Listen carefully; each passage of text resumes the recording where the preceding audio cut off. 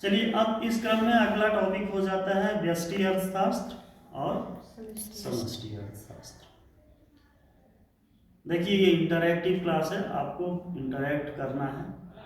आपको बीच बीच में अगर आपका कोई डाउट है तो आप बिना किसी संकोच के, बिना किसी हेजिटेशन के आप अपने डाउट रखें और सीक्वेंस में कहीं भी कोई गैप नहीं आना चाहिए। और उसी पर्पज से हम जो है कोशिश ये कर रहे हैं कि आपको सारी चीज़ें सीक्वेंस में मिलती चली जाएं, परीक्षा के लिए भी और अंडरस्टैंडिंग के लिए भी। इसलिए हमने जो है अपने टाइटल में इसको एलिमेंट्री इकोनॉमिक्स रखा है।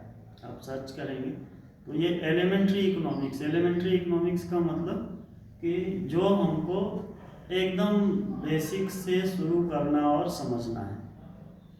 एक लेमैन की जो अंडरस्टैंडिंग होती है किसी सब्जेक्ट को लेके, एक सामान्य व्यक्ति की जो अंडरस्टैंडिंग होती है, और उसी को हम एलिमेंट्री कहते हैं, बेसिक कहते हैं। तो अब हम बात करते हैं कि व्यष्टि अर्थशास्त्र क्या है और समष्टि अर्थशास्त्र क्या है। ठीक है, किन्हीं किन्हीं किताबों में शुरू यहाँ से किया है, जैसे सैमुअल्सन को हमने पढ़ा है। सैमुअल्सन भी एक बहुत अच्छे अर्थशास्त्री हुए हैं, उनकी किताबें आप आगे जाके पढ़ेंगे। किताब का जो टाइटल है वो इकोनॉमिक्स करके है और 16th एडिशन उनका जो है वो सबसे पॉपुलर है, 16वां संस्करण।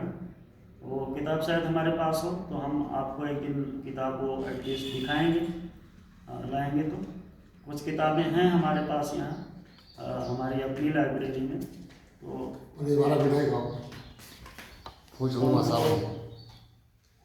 ठीक है, उनको हम ज़रूर जो है ये करेंगे। तो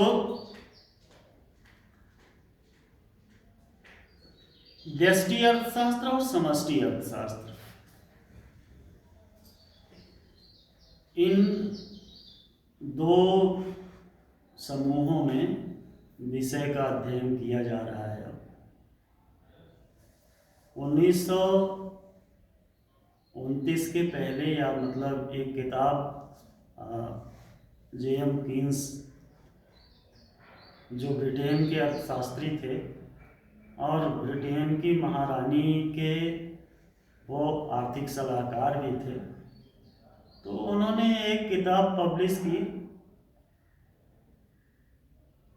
1936 में। उसके पब्लिश होने के बाद अर्थशास्त्र का एक अलग अध्ययन का दायरा बना, जिसको हम समष्टि अर्थशास्त्र कहने लगे। इसी क्रम में इस अर्थशास्त्र को कीन्स का अर्थशास्त्र और जो इनके फॉलोअर हुए बाद में उनको कीन्सियन कहा गया, और उनकी जो लिटरेचर अर्थशास्त्र में आई उसको कीन्सियन इकोनॉमी कहा गया। तो कीन्सियन इकोनॉमिक्स राइटर। तो इस तरह से ये चीज़ें जो हैं वो अलग अलग अध्ययन की जाने लगी। नहीं तो इसके पहले आप जानते हैं कि अर्थशास्त्र के जनक या फादर ऑफ इकोनॉमिक्स कौन थे? Adam Smith. ये तो आप जानते हैं अच्छी तरह से, पिछली कक्षा में हमने आपको पढ़ाया भी था और उनकी बुक का नाम भी लिखाया था। एक किताब उन्होंने लिखी थी 1776 में, 1776 एडी में, जिसका नाम था जिसकी टाइटल थी an inquiry into the nature and causes of wealth of nation. क्या? An inquiry into the nature and causes of wealth of nations. Short में उसको लोग कहते हैं वेल्थ ऑफ नेशंस। तो एक ब्रेक थ्रो तो अर्थशास्त्र में जब इनकी किताब आई एडम स्मिथ महोदय की, वो था। और दूसरा 1930 के दशक में जब ये किताब जनरल इकोनॉमिक्स, जैसे वेल्थ ऑफ नेशन उसको शार्ट में कहते हैं, वैसे ही इसको जनरल इकोनॉमिक्स कहते हैं। जब ये किताब छप के आई तो भी एक क्रांतिकारी परिवर्तन हुआ अर्थशास्त्र के अध्ययन में, और उस समय से अर्थशास्त्र दो उसमें कंपार्टमेंटलाइज हो गया, एक तो व्यष्टि अर्थशास्त्र और दूसरा समष्टि अर्थशास्त्र। व्यष्टि और समष्टि, माइक्रो एंड मैक्रो, इनकी जो लिटरल मीनिंग है, जो शाब्दिक अर्थ है, वो आप ऊंची कक्षा में हैं, अच्छी तरह से आप जानते हैं। व्यष्टि का मतलब ये होता है किसी चीज़ को छोटे से छोटे रूप में देखना, उसको क्या हम कहते हैं, व्यष्टि। माइक्रो, और किसी चीज़ को जैसे उसी से आप देखें विज्ञान में माइक्रोस्कोप बना है। माइक्रोस्कोप एक शब्द है, सूक्ष्मदर्शी, जिससे हम चीज़ों को, छोटी छोटी चीज़ों को बड़ा करके देखते हैं। और एक दूरबीन होती है। दूरबीन क्या होती है? दूरबीन में हम जो है दूर की चीज़ों को नज़दीक करके देख लेते हैं। बहुत दूर दूर की चीज़ों को हम नज़दीक करके देख लेते हैं। बच्चे एक कौतूहलवश जो है, जैसे किसी घर के सामने दूर से लगा देंगे और पता लगेगा कि वो आदमी एकदम नज़दीक खड़ा है उनके, ना। तो उसी तरह से हम जो है इनको समष्टि और व्यष्टि को, या व्यष्टि और समष्टि को समझ सकते हैं कि व्यष्टि अर्थशास्त्र में क्या होता है कि यहाँ किसी एक फर्म का अध्ययन करते हैं, किसी एक वस्तु की कीमत का अध्ययन करते हैं, किसी, उसको पर्टिकुलर कहते हैं अंग्रेजी में, किसी पर्टिकुलर कमोडिटी या वस्तु के बारे में अध्ययन करते हैं, किसी पर्टिकुलर प्राइस का अध्ययन करते हैं, मतलब किसी विशेष कीमत का, किसी विशेष बाजार का, किसी विशेष फर्म का। और इन चीज़ों का जब हम अध्ययन करते हैं तो इसको हम कहते हैं व्यष्टि अर्थशास्त्र। क्या कहते हैं? व्यष्टि अर्थशास्त्र। जैसे आप इसका एक और उदाहरण ले लीजिए। शरीर में सबसे छोटी इकाई क्या है?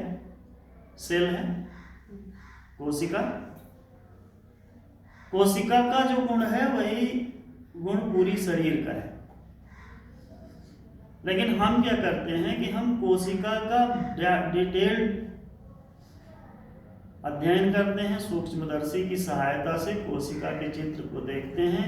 हाई स्कूल की कक्षाओं में आपने उनको देखा भी होगा, चित्र की सेल वॉल है या बाकी जो चीज़ें हैं, उसमें जो मटेरियल है जिससे सेल बनी हुई है, सेल की अपनी जो मतलब वो है कि कैसे सेल में माइटोकॉन्ड्रिया क्या काम करता है, बाकी जो चीज़ें हैं वो कैसे लाइसोसोम या बाकी चीज़ें जो काम करती हैं।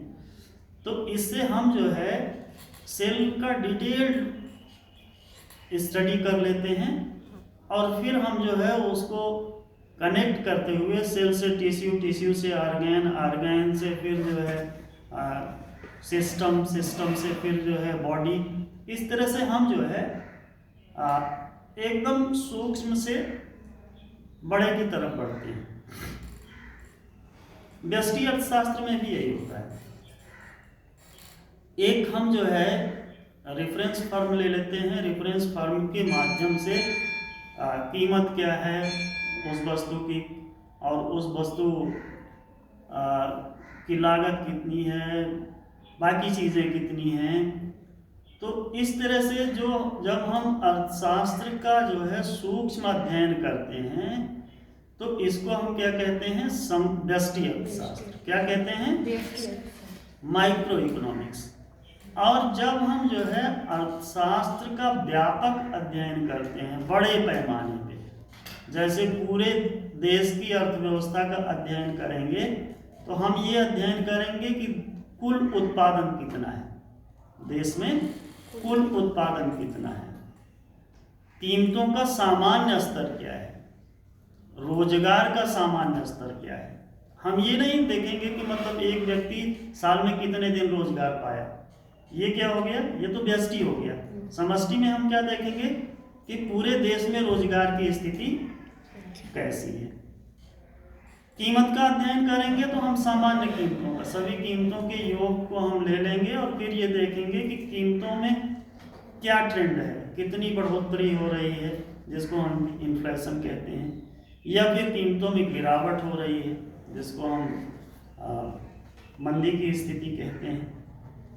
तो इन चीज़ों का जब हम सामान्य रोजगार का, सामान्य कीमत स्तर का, सामान्य उत्पादन स्तर का और बाकी चीज़ों का राष्ट्रीय स्तर पे अध्ययन करते हैं, तो इन समंकों का या इन आइडेंटिटीज का हम जो अध्ययन करते हैं इनको हम क्या कहते हैं, समष्टि अर्थशास्त्र। क्या कहते हैं, ठीक है। तो आज के लिए इतना ही, फिर हम जो है टॉपिक को आगे बढ़ाएंगे।